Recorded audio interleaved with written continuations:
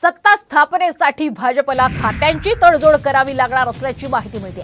नवीन मंत्रिमंडळामध्ये नितीश कुमार आणि चंद्रबाबू नायडूंना भाजपकडून तब्बल 5 मंत्रिपदं दिली जाणार असल्याची माहिती सूत्रांनी दिलेली आहे। तसंच 5 खासदारांमागे 1 कॅबिनेट मंत्रिपद असा भाजपचा फॉर्म्युला असल्याचं सुद्धा कळतंय। नितीश कुमार यांच्या 12 जागांसाठी 2 कॅबिनेट मंत्रिपद तर चंद्रबाबू नायडू यांच्या 16 जागांसाठी 3 कॅबिनेट मंत्रिपदं दिली जाणार असल्याचं सुद्धा समजतंय।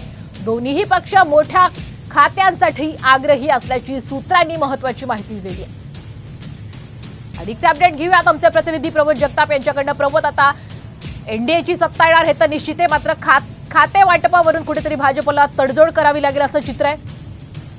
अगदी बरोबर आहे श्वेता, कारण ज्या पद्धतीने चंद्रबाबू नायडू असतील किंवा नितीश कुमार असतील यांच्या पक्षाची बार्गेनिंग पॉवर वाढलेली आहे ते पाहता त्यांचा मंत्रिमंडळावरती किंवा जास्त मंत्र्यांच्या खात्यावरती डोळा असणं निश्चित साहजिकच आहे। आणि त्याच अनुषंगाने जर बघितलं तर जी बेसिक चर्चा झालेली आहे सत्ता स्थापनेसंदर्भात त्यानुसार 5 खासदारांमागे 1 मंत्रिपद कॅबिनेट मंत्रिपद दिलं जाईल। आणि तसं जर आपण बघितलं तर नितीश कुमारांच्या पक्षाचे 12 खासदार आहेत, त्यामुळे त्यांच्याकडे 2 कॅबिनेट तर चंद्रबाबू नायडू यांच्याकडे 3 कॅबिनेट आहेत। आणि यात प्रामुख्याने जर बघितलं श्वेता तर हे दोनही पक्ष मोठ्या खात्यांसाठी आग्रही असल्याचं बघायला मिळतं। त्यामुळे 5 खात्यांवरती सध्या तरी भारतीय जनता पार्टीला तडजोड करावी लागणार। ही कॅबिनेटची मंत्रिपदं आहेत, राज्य मंत्रिपदं देखील या पक्षांना मिळू शकतात। श्वेता, धन्यवाद आपण दिलेल्या संपूर्ण अपडेट बद्दल। तर भाजपला खात्यावाटपामध्ये तडजोड करावी लागण्याची शक्यता आहे।